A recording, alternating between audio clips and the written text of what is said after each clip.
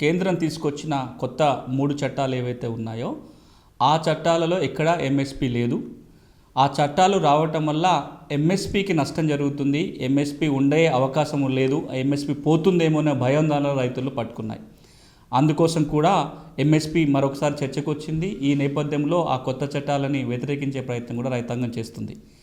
ఇక ఈ నేపథ్యంలోనే ఏదైతే ఎంఎస్పి కేంద్రం 23 పంటలకే ఇస్తుందో అట్లా కాకుండా అన్ని రకాల పంటలకి ఎంఎస్పి ఉండేలాగా ప్రభుత్వం ప్రయత్నం చేయాలి. అందుకోసం ఒక ప్రత్యేకమైన చట్టం రూపొందిస్తే బాగుంటుంది అనేది చాలామంది ఇప్పుడు అభిప్రాయపడుతున్నారు.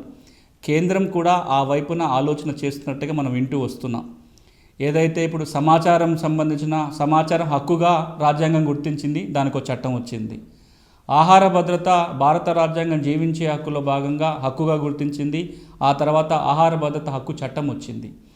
మీరు విద్య తీసుకోండి, విద్యా హక్కు రాజ్యాంగ హక్కు, తర్వాత చట్టబద్ధమైంది, చట్టం వచ్చింది. అట్లా భారత రాజ్యాంగం కల్పించిన దాదాపుగా అన్ని రకాల హక్కులకు సంబంధించి ఏదో విధంగా చట్టరూపం దాల్చింది.